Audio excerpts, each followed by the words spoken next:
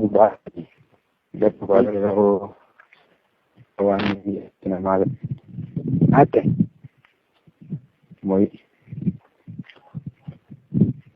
Hello. Mo'idu akka waan inni miidhametti namni natti bilbilee jetta. Natti ani nageenye hin beeku siidhi cufi. Maani wantichi? Ate. Maal wantichi? Torban darbee ture. Eh. Iccitii maan qabachuu wanti dhiise. Kannicha waan isaa maatiitti bilbilanii jiru. Maatiitti bilbilanii jetta wantichi. Abbaan bilbila gaariin isaatiin kanatti qabadhati. Maalirraa kan keessatti ofiin akka godhe? Ofiin akka godhe? Ate. Ofiin akka godhe ni. Nan shakka iccitii wantichi. Wanta akka gadi faanii dhaleenaa bilbilee ture. Gadi faanii dhaleenaa bilbilee ture. Nama na gaafatee ture. Bilbila isaati laatii naannaa bilbile isa booddee bilbila 31 naa bilbile. Bilbila gosa 10 cimamee teeleedhaan waan laadhuu naan jedhee nama kenneefi. Kanaan booddee jaraa wajjin quunnamsiiseen keessaa ba'e ergasii immoo bilbilli isaa naan baanee gadaan immoo naa bilbiltee eessa jira dafanni kee quba qabdaa naan jedhe. Maaliin quba qabaree isintoo qobaasaa gaddee maaliin quba qabaa simbiraa deemee miti wanta kana mootuu simbira jiru naa bilbilamanii simbiraa deemee naan bilbileen jedhe. Naani boruuni bishaan ceesisee deebi'ee nan jedhe. Boruun makinaadhaan bishaan ceesisee deebi'ee boruu waatu bishaan ceesisee deebi'ee makinaadhaan jedhe. Bishaan ceesisee deebi'ee sararee quba qabdoon akka inni naannoo abbaa seenaa jirutti quba qabaa. Waan isaa immoo bilbilli isaa na dhibee bilbila isaa yaadii naan jedhe. Anoo bilbila isaa yaadee raadheen itti deebi'ee anoo bilbilli isaa na dhibee hin jedheen. Bilbila ijoollee isa bukkee jiranii beektu waan ta'eef bilbila ijoollee isa bukkee jiranii itti bilbilii kaayii itti bilbilaa hin jedheen. Innaan gaazexii natti hin deebine isaanumtu bilbila gafatanii waan ta'eef. Naa wantichi naan galle keessumaa hin dhaga'e.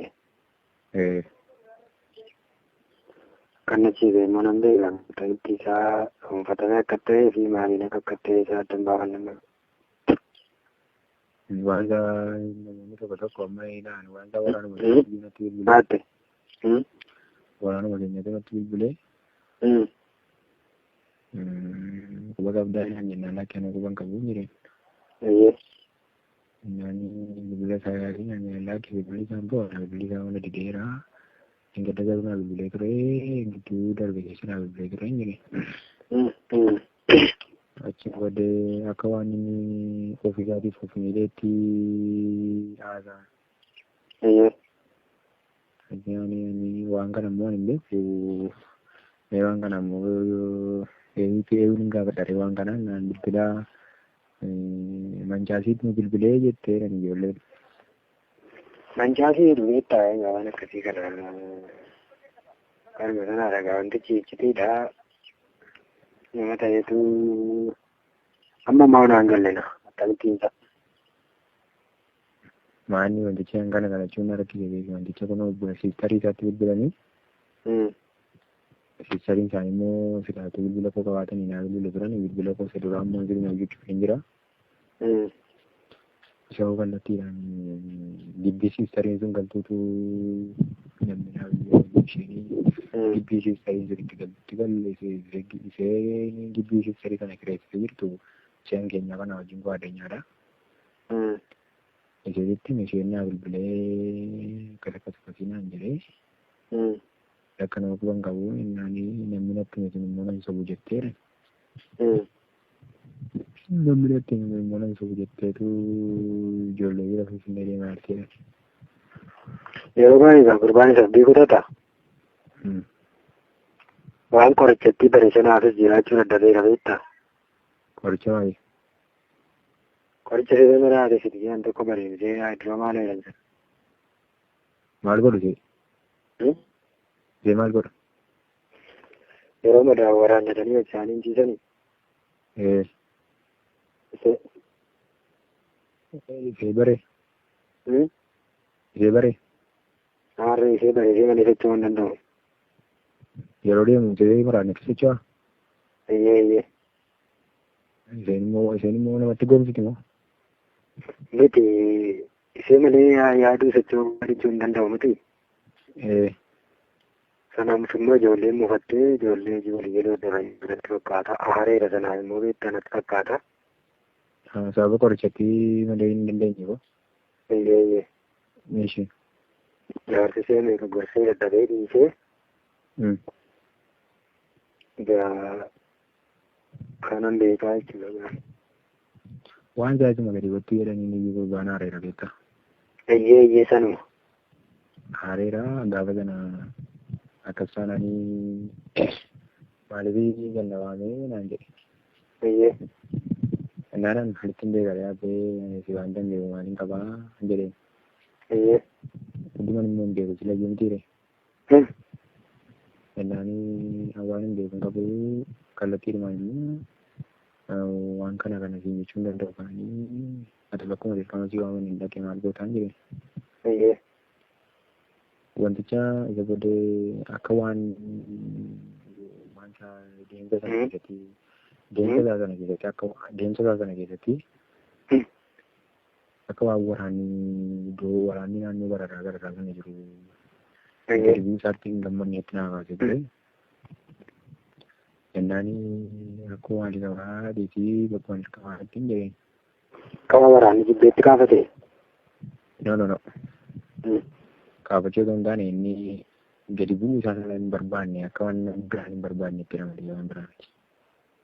Ilaa wantichi rakkoon isaa inni akka itti fudhate qabalaa sammuu isaa keessatti. Danda'a ilaalu. Yeroo hin jiru bifa dabbiitti fudhate ta'ee danda'a bifa kan biraatti fudhachuu dhabuu danda'a. Ani immoo isa kana maalitti hin beekuu danda'a dhaabuu kama gaafachiitii naannoo waan itti meeshitti mudhiisuu danda'a waan itti immoo natti mudhiisuu danda'am jedhe.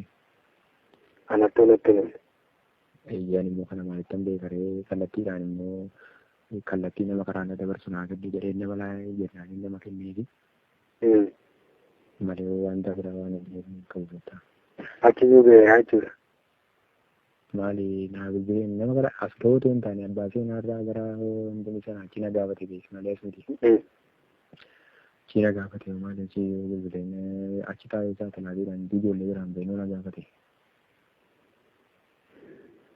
Ijoollee biraan deebine kan na gaafatetti yaanii gadaan naa bilbilee na gaafattee isin eessattuu kan jirtanii isin jedhee. Duukaa jirti jedhaan. Duukaan jirtu waan naannoo bishaan duukaan jiruutti. Akka duukaan jiraane maal gaafatte reefinta qabaatti dhiisanii maamila akkamitti akka jettu ani booda sana gaafadha maal akkamittiin akkas godhanii yookaan immoo nama bilbila isaa qabdan jiran keessa wajjin ergitanii eega kana kennoo gadi qabateetiin jedhe. Naani innoo akkamii gara godaatti gadi bu'aa jiru natti mee. Inni sigaa kanaaf waame kanaaf sana ta'ee naan hin kennee. Nyaata bira malee waan bira waan quba qabu hin qabu beektaa wanti jirati. Anis quba hin qabu beektaa. Ergasii yoo obbo naagalaan jirtu waan waaqayyoo sichi calalamtu jedhee karaa namoota adda addaa dubbatu kanaaf takka bitatti galateetta.